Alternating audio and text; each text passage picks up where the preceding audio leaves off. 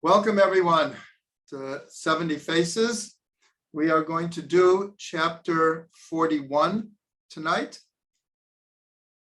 And this is the second in a series about juxtaposition. This is really one of the most important series of methods used by commentators, by the sages, by Hasidic rabbis, by Kabbalists. Last week, we learned about the juxtaposition between Torah portions.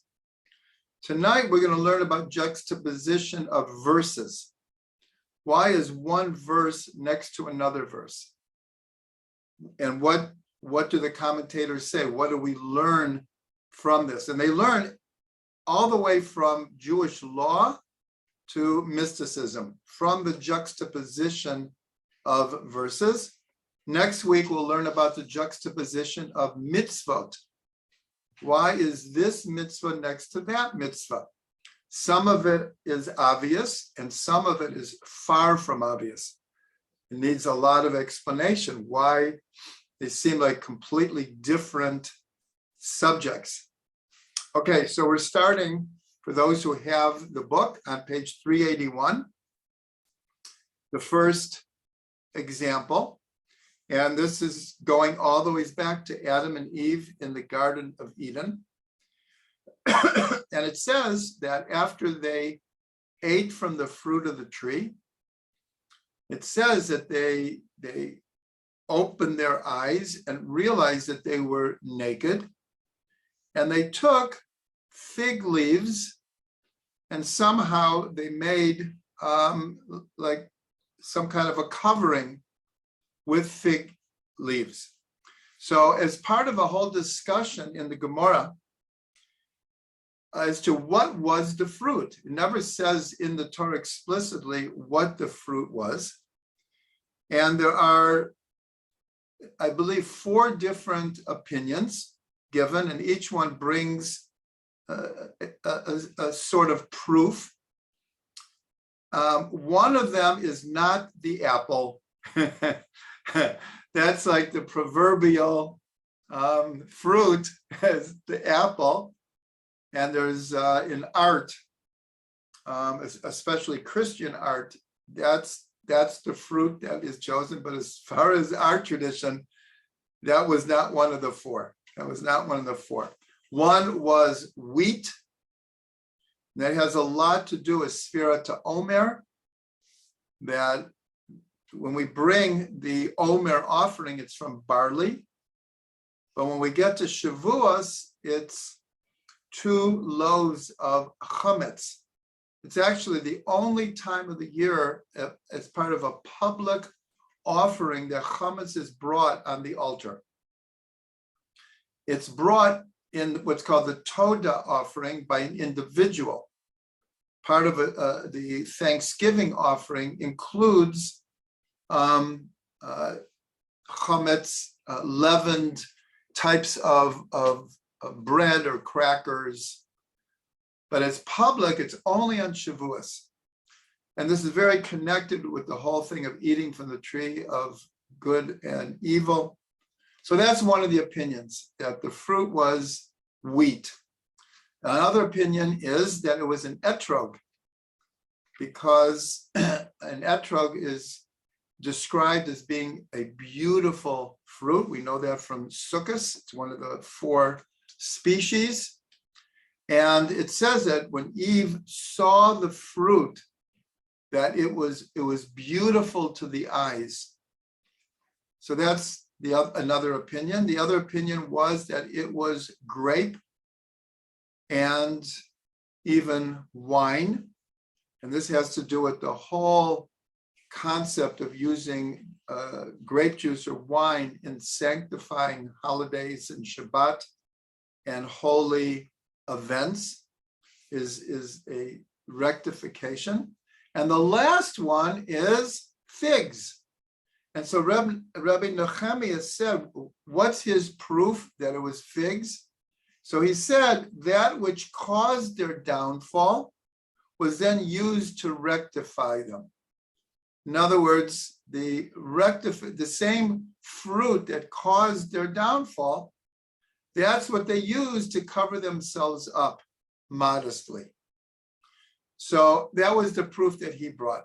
But this is a very, very deep concept, this idea that the very thing that might be our downfall or the cause of a trouble or a curse can be turned around to be the fixing of it. So there's a verse, I believe that we've learned this before, the verse is Eit Sarah liYaakov. It's a time of trouble for Yaakov, umimena Yehoshia, and from it he will be saved. So the simple literal translation is, it's a time of trouble for Yaakov, and from that trouble he will be saved. But there are many explanations that go one step deeper and say that it's from the trouble itself that the salvation comes. And you could read it literally, umimena, and from it, meaning the trouble, will come the salvation. So one example, there are many, many types of examples, but one example is if someone, God forbid, gets sick. And they got sick because they're living a terrible lifestyle. They're not eating good, they're not exercising, they're stressed all the time. And then they get sick, chas v'sholom. But that sickness becomes the wake-up call, and the person then changes everything. They realize, like, this, I'm not getting sick just for no reason. And they take it seriously, and from the trouble comes the healing. That's the wake-up call to, in a sense, force the person to change their ways. And so we could take that example in many, many, many different areas. But here, the juxtaposition of verses is Eve ate from the tree, and then immediately they realize that they're naked and they have to cover themselves up. So Rabbi Nehemiah learns, because of the juxtaposition, that if this is what caused their downfall, this is what will cause their rectification. So that's our first example.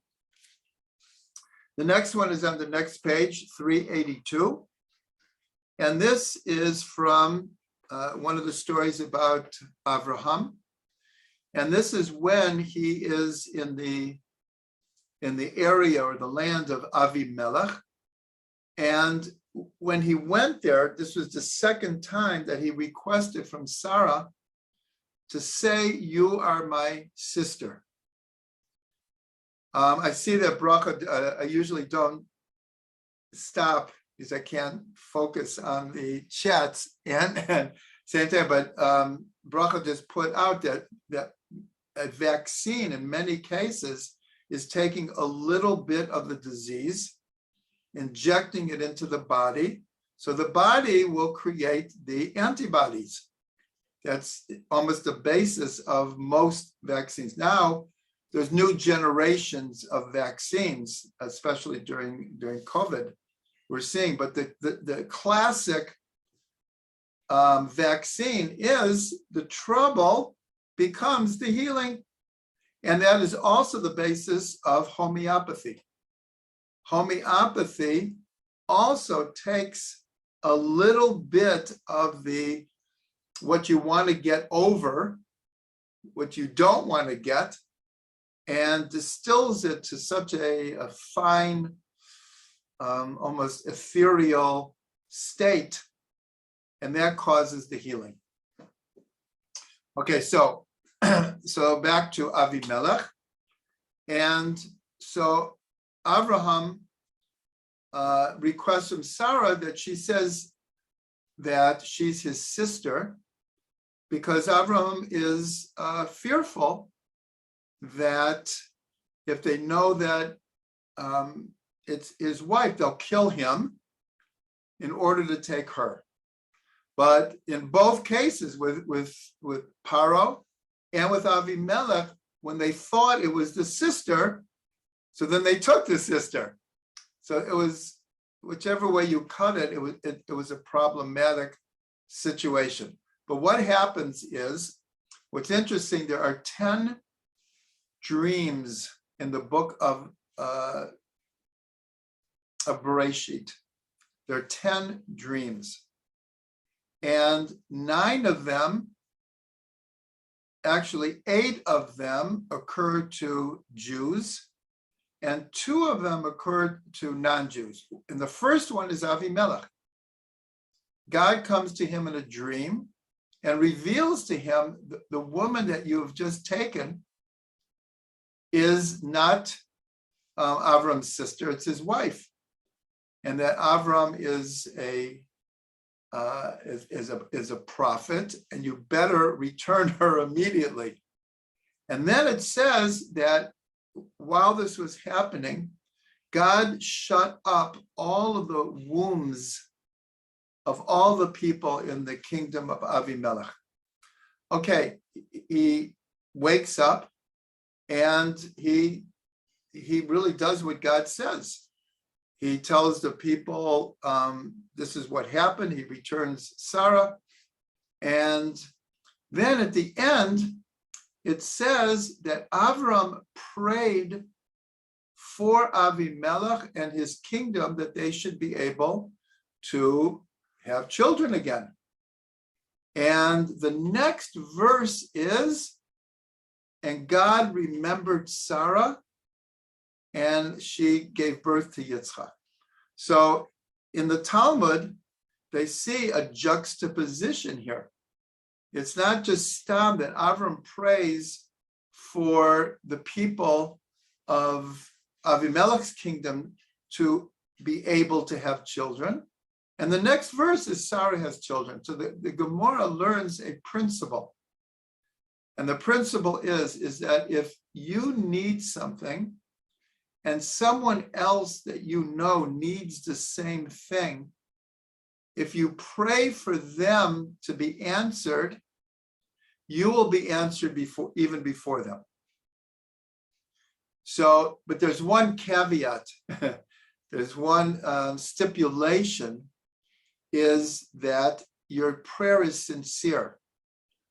Because if not, you would say, okay, I really don't care what happens to X, Y, or Z, but I want what I want. Therefore, I better pray for them first so I can get what I want. That is not the intent of the Talmud. The Talmud means that if you and someone else need something, and you have the big heart to pray for, that they're answered first, then you actually will be answered for what you want. And they learned this from the juxtaposition. And that's what it says in the Talmud, because this whole story is next to Sarah giving birth. That's how they learned that.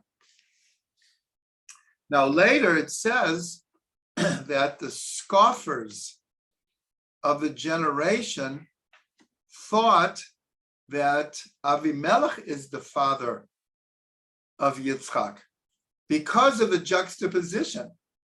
Oh, it just happens that Avimelech took Sarah, according to our tradition. He didn't take her sexually. He was planning on that, thinking it was Avram's sister. He knew the greatness of Avram, but he thought it was the sister. So they never had relations. But the scoffers said, oh, look at the juxtaposition of events here. And so therefore, Rashi tells us that Yitzchak looked exactly like Avram. And that when Yitzchak grew up, that people couldn't even tell the difference. And that's why it says that, in a sense, Avram was the first person to grow old. It says, Avram Zakein, Ba B'Yamim. That's why I mean, you still see it today. You see certain people who just don't look their age. And you ask them, how old are you? And they tell you what age it is. And it's like, whoa, like you look 20, 30 years younger than you are. I remember one time, it actually was on Purim, but this is not the reason. I hadn't drunk that much, but I saw one of kind of like our ex-students who used to come to our programs, and she was a little bit older then. And so I greeted her very warmly, and she was with another woman, and I said, who is your friend? And it turns out it was her mother. And her mother said, that's the best compliment I've had in years, that you thought I'm the same age as my daughter. But the truth is that they look the same age. I really couldn't tell. So they say that Avraham was the first person who later became old, so people could distinguish between who was Avraham and who was Yitzhak. Because for a long time, they looked exactly the same. And Rashi says this was because this was in order that the scoffers of the generation would not say Avimelech was the father. But all of this is from juxtaposition of verses and events. Okay, the next one also has to do with Yitzchak, also on page 382. And this is a short one, but it has many offshoots. And that is that it says that this is when Eliezer went to find a wife for Yitzchak, and he's coming back with Rivka. And as they're coming back, so the Torah says that Yitzchak came from the south, v'yetze Yitzchak l'suach b'sadeh, and Yitzchak went out to converse in the fields. So the word l'suach means to converse. That's why in modern Hebrew, a conversation is called a siach. L'suach is to have a conversation. But the sages understood, who is he conversing with? He was out in the field. He was conversing with God. And this is a type of prayer.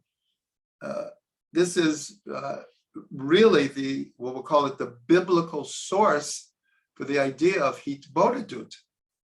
Here is Yitzhak going out to the field to converse with God.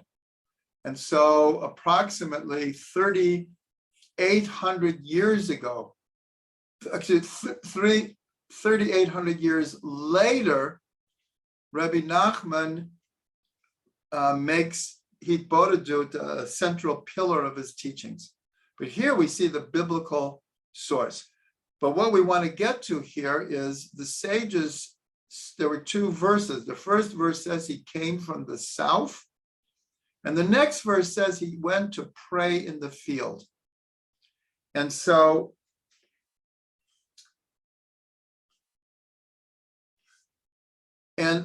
of course, part of prayer is being able to enunciate what we need, what we want, or it's an attempt to grow close to Hashem.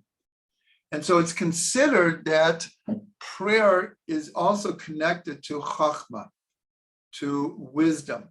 So from the juxtaposition of Yitzhak coming from the south and then praying in the field, so the rabbi said, anyone who wants to become wise, they should turn to the south.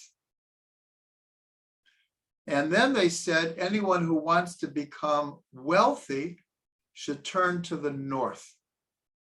So what does this mean really? So here we do have a juxtaposition that the rabbi saw, that there's this connection of Yitzhak coming from the south. And also, he's the second of the patriarchs. Of course, he was wise. And he was praying. So but there's later we see another source for this, and that is in the Mishkan, in the temple, in the holy sanctuary. The menorah was placed on the south of the sanctuary, and the table of showbread was placed on the north. And this works exactly with this concept from the sages, because the menorah represents light, which represents wisdom. And the showbread represents sustenance, wealth. So because the showbread was in the north, the sages say, if you want to become wealthy, turn to the north in prayer. And you want to become wise, turn to the south in prayer. But there's even another connection, and this is to Avraham. Because it says in the Torah that, let me think in the original.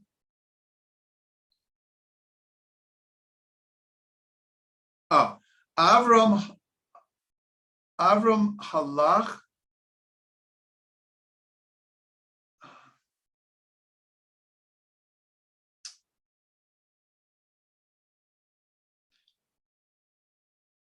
I hear my wife in the background. Avram halach v'nesoa hanegba. Avram, two words for travel. Halach v'nesoa hanegba.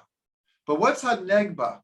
That is why we call the south of Israel the Negev, because Negev means south. And so it says Avram was go traveling to the south. So it's explained in Chassidut. Well, why do we need to know that? Is because when we shake lulav, it actually doesn't even matter where we are. We always turn to the east, or at least in our mind, we're facing east. So that means the right is south, and the north is left. So the right is always Avraham, and the left is always Yitzchak. So in a sense, and I'm not talking about geographically, but what does it mean that Yitzchak was coming from the south?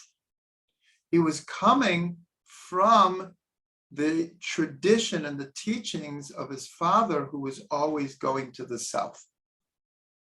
And south, and we know that Avram is chesed. So here we see Yitzhak is coming from the south, even though we associate Yitzhak with Gevura.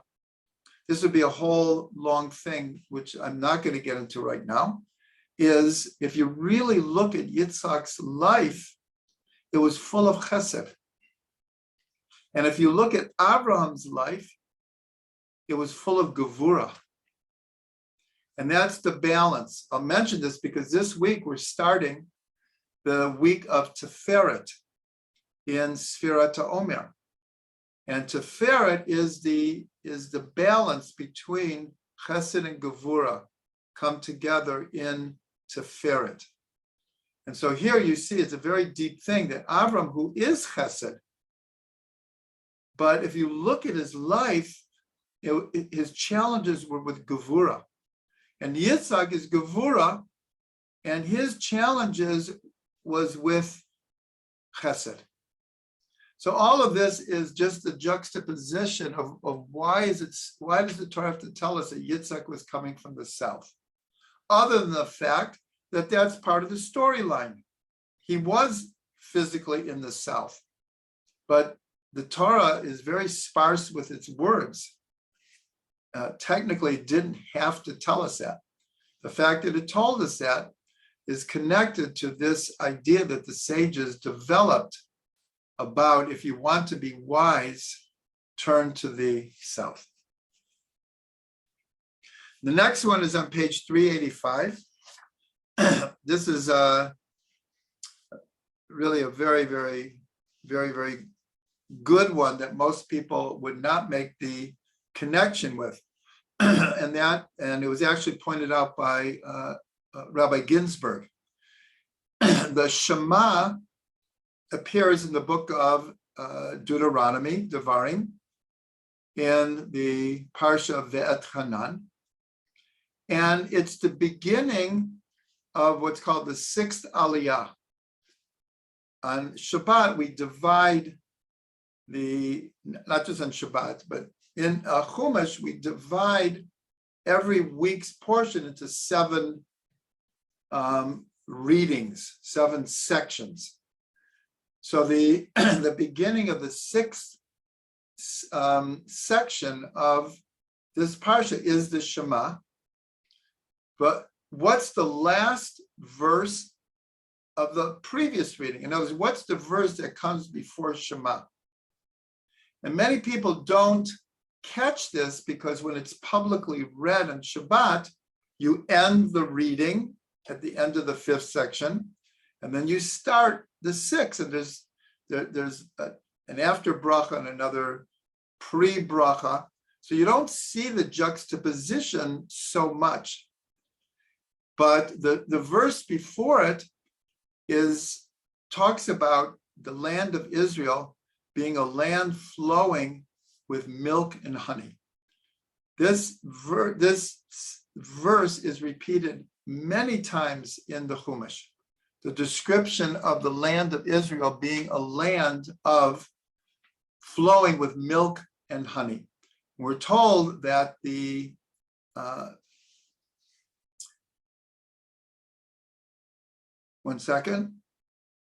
that the honey is not bee honey, it is date. It's date honey. It's date honey. So Rav Ginsburg says if you take out the word flowing and you just have a land of milk and honey, it's Eretz Chalav Davash. So what's the first letters? Aleph of Eretz, Chet of Chalav, Dalet of Davash. It spells Echad. And then the very next, Echad meaning one. The very next verse is Shema Yisrael Hashem Elokeinu Hashem Echad. And so Rav Ginsburg puts this together, and it just makes a statement, but I'll show the other statements that go along with this, is the idea that the revelation of God's oneness, which is everywhere, but it's most pronounced in the land of Israel, in the land flowing with milk and honey. So not how do we know this? We'll call it supports for this, is the sages made a pretty radical statement. And they said, anyone who does not live in Israel, it's as if they don't have a God.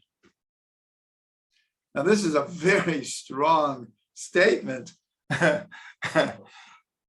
very strong, but there are many strong statements by the sages that are meant to teach something. And they say someone who lives in Eretz Israel is like someone who has a God. What are they trying to point out? That there is a qualitative difference in, we'll call it feeling, of being in Israel and not being in Israel, having to do with our relationship and our experience of godliness. And I'm just going to share for myself, for everyone's different now. Once someone came to the Tzemach Tzedek, the third Rebbe of Chabad, and asked for a bracha to go to Eretz Yisrael. And Chabad was very supportive of people coming to Israel. And the Baal Shem Tov tried to come to Israel. The Alter Rebbe was actually on his way to Israel at one point. And then the Rabbi Menachem Mendel of the Vitebsk, who at that point, the Maggid of Mezrich had passed away. And almost all the students of the Maggid took on Rabbi Menachem Mendel of Vitebsk as their Rebbe, including the Alter Rebbe. And Rabbi Menachem Mendel of Vitebsk brought a few hundred families to Israel in the late 1700s. And this, even though in Zionist history, they called the first Aliyah in the 1880s. But it's not true. Really, in the late 1700s, hundreds of families came with the Rebbe of Vitebsk, and they settled in Tiberias and Sfat. And also the students of the Vilna Gaon, many of them came to Israel. And almost all of them settled in what are called the four holy cities of Israel: Yerushalayim, Hebron, Tiberias, and Sfat. And so anyways, this man comes to the Tzemach Tzedek and asks for a bracha to come to Israel, and he wouldn't give it to him, because he just felt for this particular person, it wouldn't be good. And the man was like heartbroken. And the Tzemach Tzedek said, make Eretz Yisrael here. In other words, there is the physical Eretz Yisrael, but you can take Eretz Yisrael with you. So I want to share, I came to Israel in 1974. And the first time I went back was in 1977. And I was in the States for 3 months. And I had become so attached to Eretz Yisrael, I could hardly pray for those whole 3 months. It wasn't like on purpose. It just like, I just felt like a fish out of water. And that was only after being in Israel for 3 years. I just felt like a fish out of water. And then we went back again in 1988, after I was here 12 years. And there we ended up spending 7 years. And it was a very good 7 years. But I have to say, I also felt like a fish out of water those whole 7 years also, even though it was very good years. But once Avraham is sharing, Rabbi Nachman said, Rabbi Nachman came to Israel for 9 months. And then he went back. And anytime anyone asked him, where are you going? He would say, I'm always going to Eretz Yisrael. So this is all to explain the juxtaposition of Shema Yisrael, which is the principal statement of faith, with this idea of a land flowing with milk and honey. And the other one is, we're going to actually get to it later in 70 Faces, but every day in Shachrit and Kedusha, we say, Baruch Kavod Hashem Mimakomo. Blessed is the glory of God from his place. So the question is, well, what is God's place? Where is God's place? And so this is also a tremendous chiddush from Rav Ginsburg. If you take the words Kavod Hashem, Kavod equals 32. The 4-letter name of God equals 26. 32 times 26 equals 832 equals Eretz Yisrael. So when you read, blessed is the glory of God from his place, you can read it, even though we might think God's place is like somewhere way up in the heavens. But this teaching is it's right here in Eretz Israel.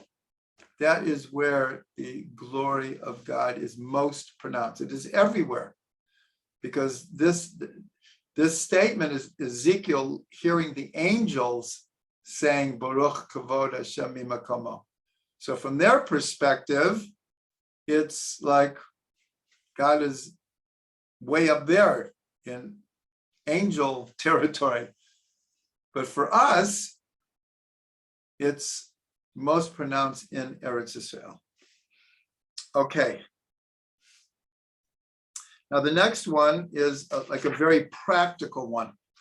This is it's on page 386, and this is taken from Parshat Shoftim, where it describes that before Israel would go to war, so one of the officers would encourage everyone, but then they pronounced anyone who has built a new house but hasn't had a chance to live in it yet, he can go back.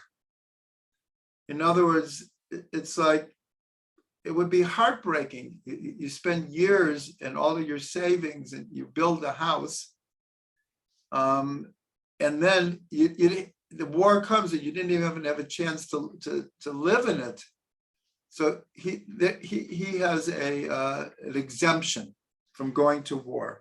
And then it says anyone who's planted a vineyard and has not yet redeemed it, has not yet had any benefit from it, he is exempt from going to war. And the third one is someone is engaged to be married, but isn't married yet. He's also exempt. So the sages learn from the juxtaposition, the order of these verses. First, it says a house, then it says a vineyard, and then it says being married. So the sages learn that this is a teaching that when a person wants to get married, he first should make sure that he and his wife are going to have some place to live, that he has not just a vineyard, but he has a means of sustenance, and then he should get married. So it's just like from the juxtaposition of the verses, they learn what we'll call practical advice. It's not like a halacha, but you see this happens sometimes when you have people who are young, they fall in love, they want to get married immediately. And sometimes because they don't have their like physical trip together, then they're starting off like kind of like in a rough position. So here the sages were just saying, this is good advice as to the order of how you should do things.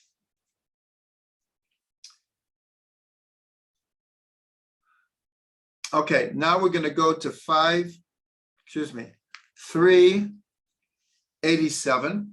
And this is a very, very interesting one. And it's a long one.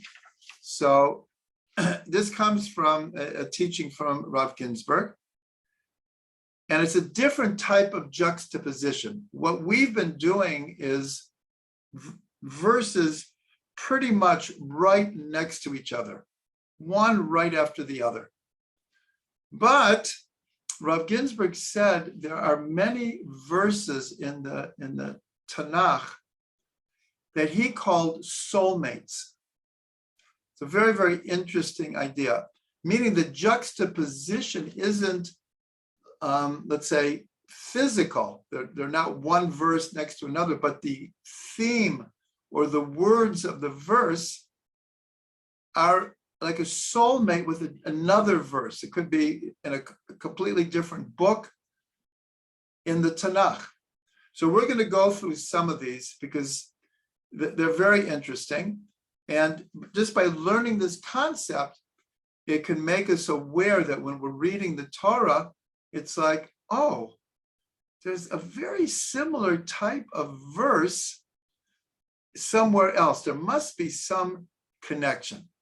Okay, so the first one is, we say this every morning in Mizmor LaToda, a psalm of thanksgiving, Psalm 100. We say, Ivdu et Hashem b'simcha, bo lefanav birnana. Serve God with joy, come before him in gladness. So that's a verse we say every day.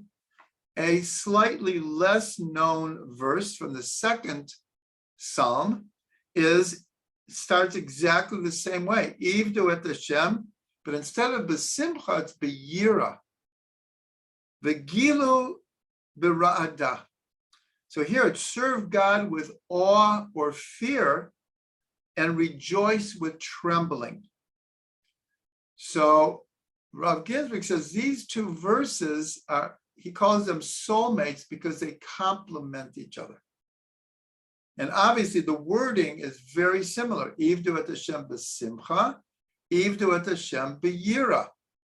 And here, they might seem like opposites, but we can see them as being complementary. That serving God with joy is complemented by serving God with awe or tremendous respect. So that's the first one. And we see it in the structure of the verses that they're juxtaposed, they're complementary. The next one, I'm going to jump down because this is a very, very known one. This is from Shir HaShirim, the Song of Songs. One verse says, now this is in the same book, and so it's really, really juxtaposed. In one place it says, Ani l'dodi v'dodi li, haroeh b'shoshanim. I am to my beloved, and my beloved is mine. He shepherds among the lilies, or roses. And then it says also, Dodi li v'ani lo, haroeh b'shoshanim. So the first one is, I am to my beloved, and my beloved is to me. And the second one is, my beloved is to me, and I am to my beloved. So these are obviously when Shlomo HaMelech composed Shir HaShirim, he was very, very aware of the mirror image he was setting up here. The complementary or the juxtaposed ideas here. And this is a classic case of what we call awakening from above and awakening from below. Because in the first one, Ani l'dodi v'dodi li, is the awakening is coming from, when we say below, it means from us, from human beings to God. Because we know that the whole of Shir HaShirim is an allegory of the love between God and Israel. So when it says, Ani l'dodi v'dodi li, it's as if we're making the first step. We are expressing our love first. And the other one, it's Dodi li v'ani lo. Here, the awakening is coming from above. We become aware of God's love for us. And then we're motivated to return that love. So here, this is very explicit as two verses that are juxtaposed, call them soulmates, call them complementary. On the top of the page, so this is also very, very similar to what we said. One verse, that's in Tehillim 104. Yehi chavod Hashem le'olam yismach Hashem b'ma'asav. We say this every morning in Psukei de Zimra. May the glory of God endure forever. Let God rejoice in his works. And as here, the verse is expressing that we would get great joy if we knew that God gets joy from the world that he created. So this is a very beautiful concept in itself. It's in a love relationship, there's what I want and what gives me joy. But then there's what gives me joy is when my beloved is happy. That's what gives me joy. So that's what we're expressing here, that the glory of God should endure forever. And let God rejoice in his works, in his deeds, his creation. So the complementary verse is very similar. Yismach Yisrael be'osav, b'nei Tzion yagilu b'malkam. So here it's a mirror image. Here it's let Israel be joyous in God's deeds. And the children of Zion rejoice in their king. So here in one, we're hoping that God has joy from his creation. And here we want to get joy from God's creation. So here we see again a very, very complementary idea. And the last one, and this will be the last one of the evening. So this is also, it's on the bottom of page 388. So the first one is from the book of Devarim. Va'atem hadevekim ba'Hashem Elokechem chayim kolchem hayom. Those of you that cling to God, your God, you are all alive this day. So we actually say that when we take out the Torah for a public reading and we put it on the bima, the bama, where we read it. So we say this verse, Tema devekim Hashem Elokechem chayim kolchem hayom. Now, what's the complementary verse? So you'll see it's very, very similar. This is the first verse of Parshat Nitzavim. This parsha is always read the Shabbos before Rosh Hashanah, always. Atem nitzavim hayom kulchem lifnei Hashem Elokechem. The order is different, but the words are virtually the same, except instead of clinging, it's standing. One says, those of you who are clinging to God,